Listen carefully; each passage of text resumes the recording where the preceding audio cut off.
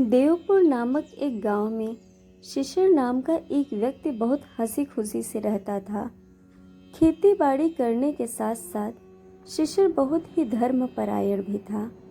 शिशिर अपनी धर्मपरायणता, पुण्य, दान, चरित्र और संपन्नता के कारण अपने क्षेत्र में काफी प्रसिद्ध था। सभी लोगों का मानना था कि शिशिर जैसा नेक और ईमानदार व्यक्ति अगल बगल के 10 गांव में भी नहीं है। जब शिशिर के इस गुणगान की खबर पाप और वासना ने सुनी तो उन्होंने शिशिर की परीक्षा लेना चाहिए। पाप ने एक बूढ़े ब्राह्मण का रूप बनाया और वासना ने एक सुंदर युवती का, और दोनों शिशिर के घर की तरफ चल दिए। एक दिन शाम होने लगी थी और रोशनी भी काली चादर ओढ़ने लगी थी। दिन भर के थके किसान और मजदूर अपने अपने घरों में लौट रहे थे। शिशिर भी अपने घर पहुंचा ही था कि दरवाजे पर खटखटाने की आवाज सुनाई दी। आवाज सुनकर शिशिर ने दरवाजा खोला तो सामने एक बूढ़ा ब्राह्मण व्यक्ति और एक खूबसूरत युवती खड़ी थी। बूढ़ा ब्राह्मण व्यक्ति को देखकर शिशिर ने कहा, आप कौन हैं और मैं आपकी क्या सहायता कर सकता हूँ? बूढ़ा ब्राह्मण बोला, मैंने आपका बहुत नाम सुना है और आपके यश ज्ञान से प्रभावित होकर मैं आपके पास आया हूँ। हम मुसाफिर हैं और बहुत दूर से आ रहे हैं और हमें आज रात ही आगे एक गांव में पहुंचना है। रास्ता सुनसान है और रास्ते में नदी, नाले और चोर गुंडों का भय भी है। इस परिस्थिति में मैं अपनी युवा पुत्री को अपने साथ लेकर नहीं जा सकता हूँ। आपसे निवेदन है कि कृपया आप मेरी पुत्री को आज रात अपने घर पर रख लीजिए। लौटते वक्त मैं अपनी पुत्री को ले जाऊंगा। शिशिर सोचने लगा। तभी बूढ़े व्यक्ति ने कहा, आप क्या सोच रहे हैं? आप जैसे धर्मशील व्यक्ति के चरित्र पर मुझे तनिक भी संदेह की कोई गुंजाइश नहीं है। मेरी दुर्बल अवस्था को देखिए। रात्रि में मैं अपनी जवान पुत्री को लेकर कैसे जा सकता हूँ? शिशिर ने धर्म की मर्यादा और अतिथि सम्मान को समझते हुए उस ब्राह्मण की पुत्री को अपने घर पर रख लिया। पाप अपनी कुटिल योजना की पहली सफलता से बहुत खुश था।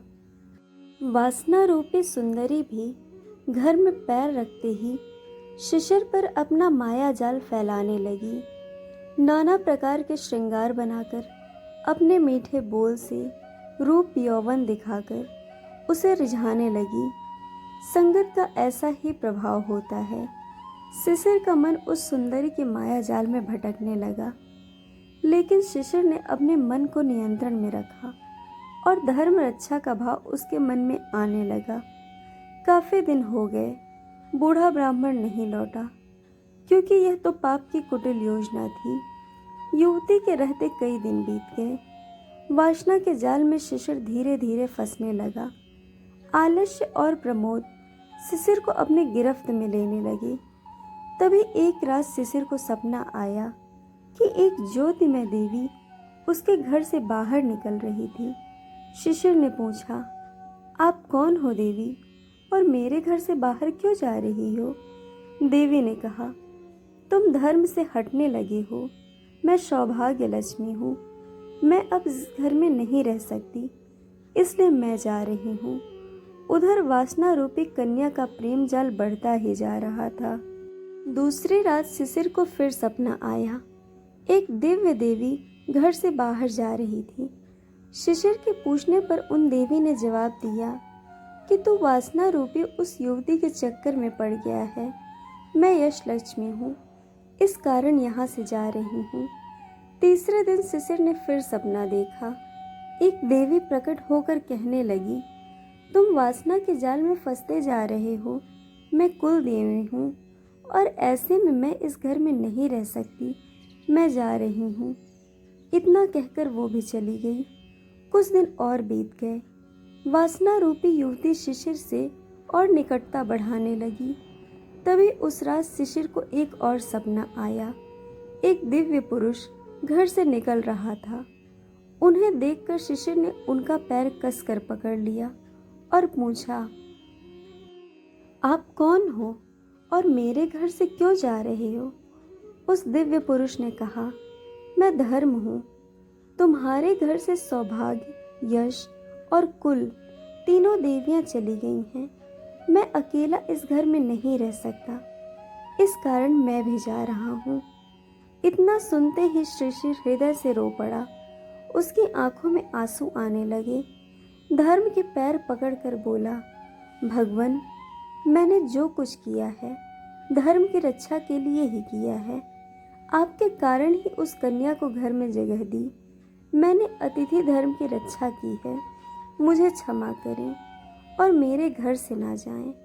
वासना से मेरा कोई संबंध नहीं है। मैंने तो धर्म की रक्षा की है। जागने पर शिशिर पहले की तरह धर्म का पालन करने वाला हो गया और उसी समय वासना रूपी युवती भी घर से गायब हो गई। कहानी से हमें सीख मिलती है कि अपने मन को वश में रखकर हम कोई भी कुसंगति को छोड़ सकते हैं। धर्म का पालन ही सर्वश्रेष्ठ है। जहाँ आपका अच्छा आचरण दूसरों के प्रति आदर आपको सम्मान दिलाता है और आप जीवन के उच्च पद पर पहुँचते हैं, उसी प्रकार कुसंगति, बुरे विचार, अहंकार आपको नीचे गिराते हैं। दोस्तों, आपको कहानी कैसी लगी यह हमें कमेंट करके ज़रूर बताइएगा और चैनल को सब्सक्राइब, वीडियो को लाइक शेयर करना बिल्कुल मत भूलिएगा। वीडियो देखने के लिए आप सबका बहुत बहुत धन्यवाद।